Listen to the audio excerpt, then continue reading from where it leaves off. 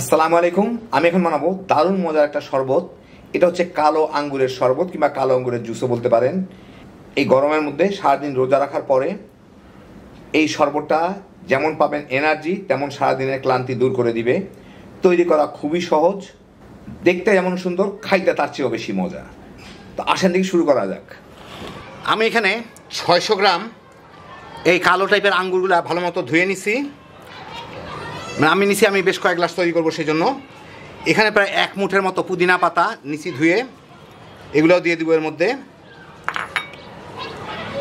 প্রায় 1.5 ইঞ্চি লম্বা একটা আদাকে আমি একটু বড় বড় করে কেটে নিছি, কারণ সবগুলো ব্লেন্ড করব আমি, অতএব কুচি কুচি করার অত দরকার নাই। আর আমি এর মধ্যে 2টা লেবুর রস দিব। এই সবগুলা দিয়ে আমি এগুলোকে একসাথে ব্লেন্ড করে নেব। তো লেবুটা দেখা দিলাম আপনাদেরকে, আমি 2টা লেবুর রস দিব, বড় বড় 2টা লেবুর রসটা হচ্ছে যার যার পছন্দ মতো, কে কতটুকু টক করতে চান কিংবা আঙ্গুরটা কতটুকু টক ছিল। তো সাধারণত আঙ্গুর এগুলো মিষ্টি হয়, অত টক না। যাই হোক, আমি একটু পানি দিয়ে একদম মিহিন করে ব্লেন্ড করে তারপর আপনাদের দেখাচ্ছি। তো আমি এগুলো ব্লেন্ড করে নিলাম। এখন আমি এগুলোকে একটু চেলে নিব। ব্লেন্ড করলে একটু রয়ে যায় এর মধ্যে, একটু ভালো মতো চেলে নিব এটাকে।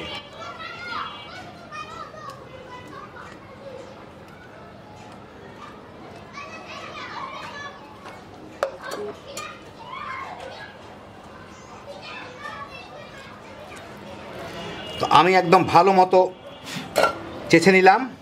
এই যে দেখেন, একদম ছাপা ছাপা এটুকু আছে, আর নিচে আছে হচ্ছে এটা শুকনো শুকনো ছাপা খোসাগুলো আর কি, আর নিচে আছে আপনার এই রসটুকু। এখন এর মধ্যে আমি 2টা লেবুর রস মিশাবো, দিলাম। যদিও এটা আঙ্গুরের রস, তবুও মানে পর্যাপ্ত পরিমাণ মিষ্টি হবে না, কারণ এর সাথে আমার পানি মিলাই বেশ কয়েক গ্লাস বানাইতে হবে। তো আমি এর মধ্যে আমার স্বাদ মতো চিনি দিব। যারা চিনি না খান, আপনাদের অল্টারনেট সুগার দিতে পারেন কিংবা নাও দিতে পারেন। যাই হোক, যার যার পছন্দ মতো মিষ্টি করে নেবেন, এটাই হচ্ছে বড় কথা। সাথে একটু পানি মিলাবো, কারণ এটা আমি বরফের উপরে সার্ভ করবো, অতএব বরফটা গলে বাকি পানিটুকু হয়ে যাবে। তো এটা মোটামুটিভাবে একটু পাতলা করে নিই। তারপরেও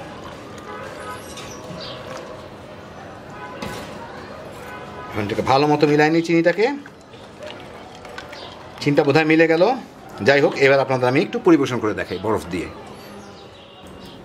তো আমি এখন কয়টা গ্লাসের মধ্যে কিছু বরফ দিয়ে নিব। বরফের উপর ঢেলে দিব আঙ্গুরের রসগুলা।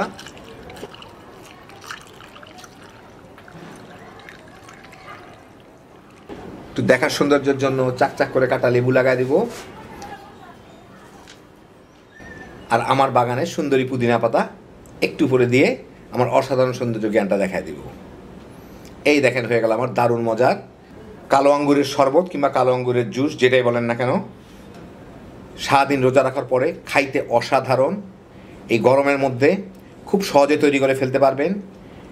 যেমন এনার্জি পাবেন, তেমন ক্লান্তি দূর করে দিবে। হ্যাঁ, বিজোসের একটা আইটেম, তৈরি করা খুবই সহজ। খালি বানাইবেন, পুরা ফ্যামিলি নিয়ে তামা তামা করে খেয়ে ফেলাইতে পারবেন। আল্লাহ আপনাদের সবাইকে ভালো রাখুন, সুস্থ রাখুন, নিরাপদে রাখুন। ইনশাল্লাহ বেঁচে থাকলে আবার দেখা হবে। আল্লাহ হাফিজ।